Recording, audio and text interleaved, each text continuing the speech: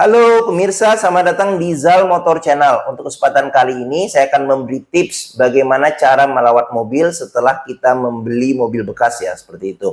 Oke, apabila kita mencari mobil bekas, kita harus prepare. Yang pertama adalah biaya perawatan. Jadi kita sediakan budget sekitar 10-15% dari harga mobil untuk cadangan perawatan setelah kita beli mobil bekas. Jadi kalau kita spesifikasikan lagi, misalnya mobil Jepang, jadi mobil Jepang itu rata-rata sekitar 5-10 juta kita harus sediakan budget.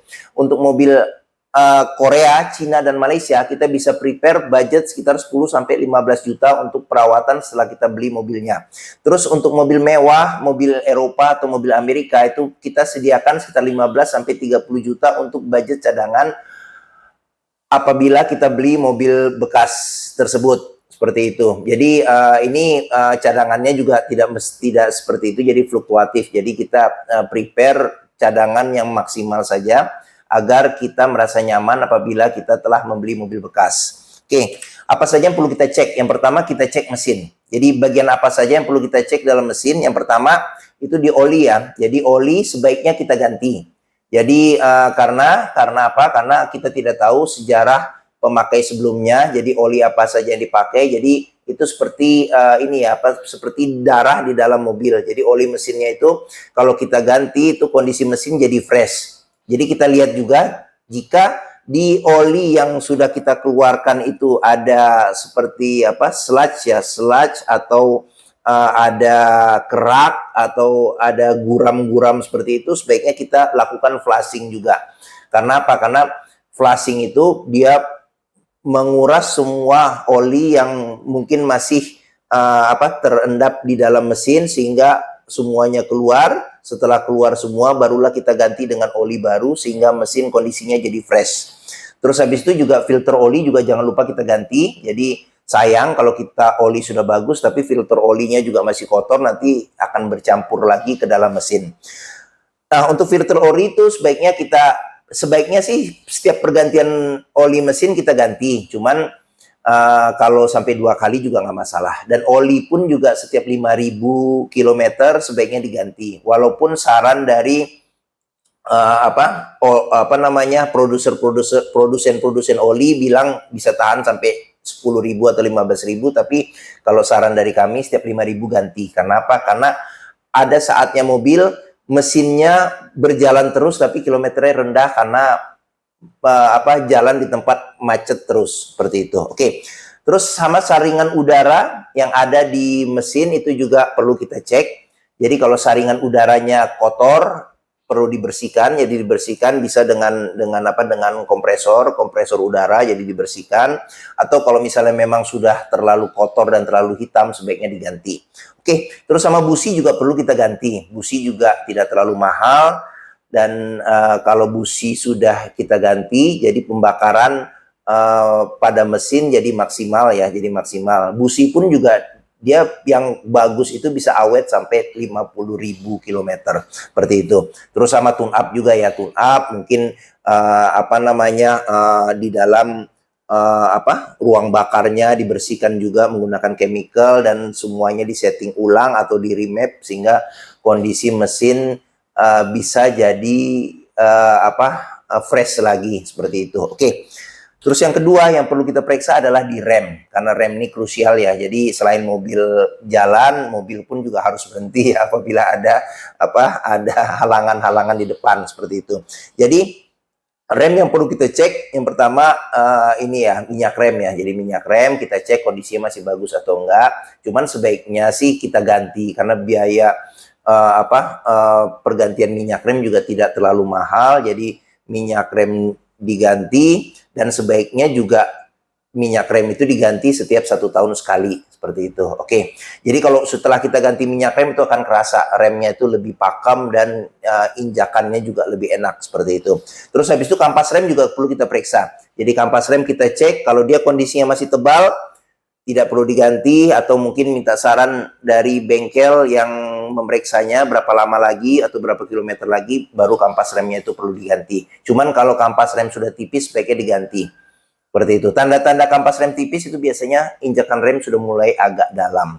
Oke, terus habis itu piringan rem juga penting ya. Jadi piringan rem atau tromol ya. Kalau yang di belakang masih pakai tromol, jadi itu perlu diperiksa. Jadi piringannya itu. Jadi kendala di piringan itu kadang piringannya itu sudah tidak ini ya, sudah dia sudah bergelombang. Jadi bergelombang itu bisa dengan kita bubut. Jadi dia piringannya itu rata lagi, atau kalau misalnya memang sudah tidak bisa dibubut berarti mau nggak mau harus diganti. Pengaruhnya itu piringan, kalau piringan depan itu dia bergelombang itu kerasa kalau kita ngerem ini roda bergetar seperti itu. Oke. Ya, saya minum dulu ya sebentar. Oke.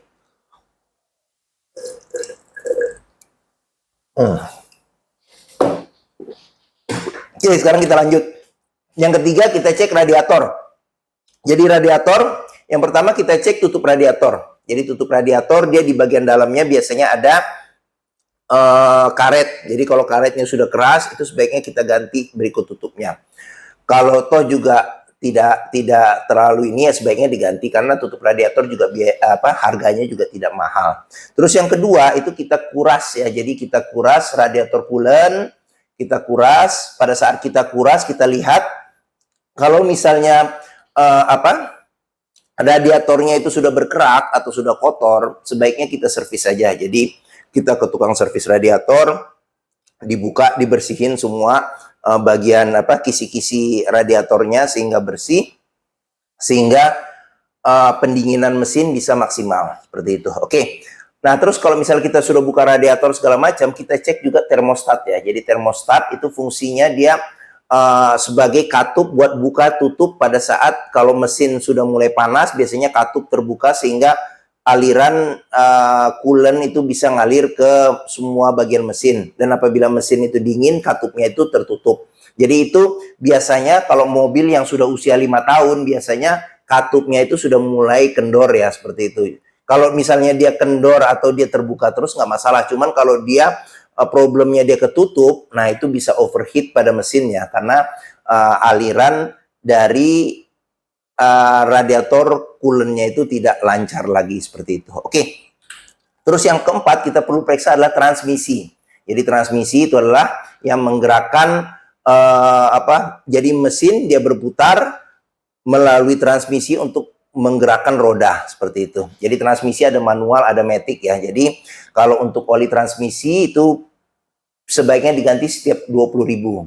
Jadi kalau misal kita beli mobil bekas, biar kondisi transmisinya oke lagi, jadi kita mulai dari nol, jadi kita sebaiknya ganti.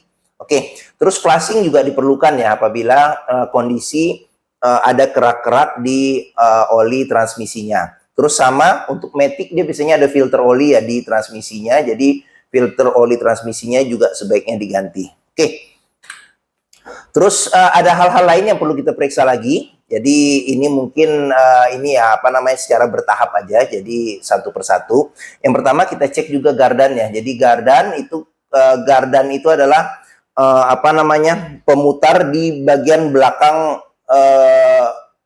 roda. Jadi dia khusus untuk penggerak roda belakang. Jadi kalau penggerak roda depan dia tidak ada gardan lagi. Jadi gardan kita harus cek kondisi olinya masih oke atau tidak. Kalau kurang perlu kita tambah atau sebaiknya juga kita ganti lebih bagus. Oke, terus cek juga power steering. Jadi power steering khusus yang masih pakai hidrolik ya. Jadi kalau yang sudah EPS atau yang sudah pakai elektrik dia sudah tidak menggunakan minyak lagi. Jadi minyak power steering dicek, sebaiknya diganti juga seperti itu. Oke, terus berikutnya kita cek AC. Jadi AC ini penting juga ya karena sekarang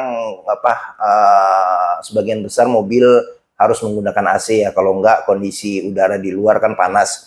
Jadi AC kita bisa cek mulai dari kompresor yang di bagian mesin, kita cek, terus habis itu kita cek juga freon, kondisi freonnya masih cukup atau enggak. Cuman memang kalau misalnya sebaiknya freon itu kita kuras, kita ganti dengan freon yang baru, sekaligus juga kita ganti oli kompresornya.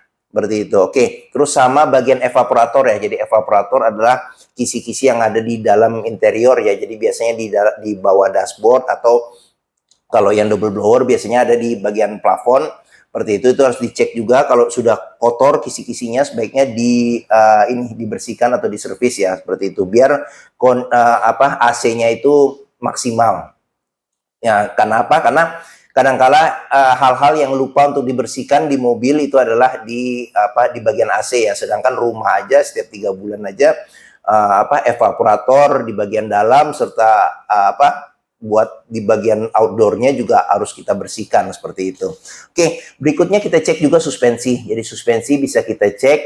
Yang pertama, kalau kita jalankan mobil, jalanan yang jelek, apakah ada bunyi-bunyi atau segala macam. Nah itu juga perlu kita cek. Kita bawa ke tukang kaki-kaki atau di bengkel yang bisa mengerjakan suspensi atau kaki-kaki. Seperti itu. Oke, terus berikutnya kita cek ban. Ban juga jangan lupa ya. Jadi ban itu rekomendasinya umurnya itu 5 tahun. Jadi kalau sudah lebih dari 5 tahun sebaiknya diganti. Kalaupun juga tidak, sampai maksimal 4 tahun dengan catatan kondisi karetnya itu masih bagus dan tidak pecah-pecah. Cuman kalau setelah lebih dari 10 tahun sebaiknya itu jangan dipakai lagi. Oke. Terus kita bisa periksa lagi ini ya, kita spuring dan kita balancing. Jadi spuring dan balancing, jadi kalau misalnya mobil pada saat kita jalan lurus dia suka agak belok ke kiri atau belok ke kanan, nah itu sebaiknya kita spuring ya. Jadi biasanya di toko-toko ban yang besar itu ada alat buat spuring dan buat balancing. Kalau balancing itu biasanya kalau kalau kita jalan itu semakin cepat, kecepatan kita semakin cepat, semakin bergetar mobil. Nah, itu kemungkinan di rodanya perlu dibalancing seperti itu. Terus cek interior juga perlu. Jadi walaupun mobil kondisinya pun juga yang kita dapat itu terawat, tapi kalau misalnya kita punya budget, kita salonkan saja sehingga mobil kembali seperti baru lagi dan interiornya juga fresh lagi. Jadi kalau misalnya salonkan secara keseluruhan, kalau misalnya bisa dibersihkan sekaligus kita buka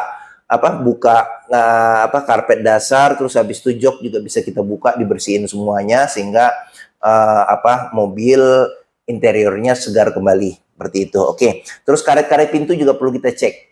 Kalau karet-karet pintunya sudah mulai getas atau sudah mulai keras, sebaiknya diganti. Biasanya kalau karet pintu itu sudah mulai getas itu takutnya kalau hujan itu air bisa ngerembes masuk lewat sela-sela pintu.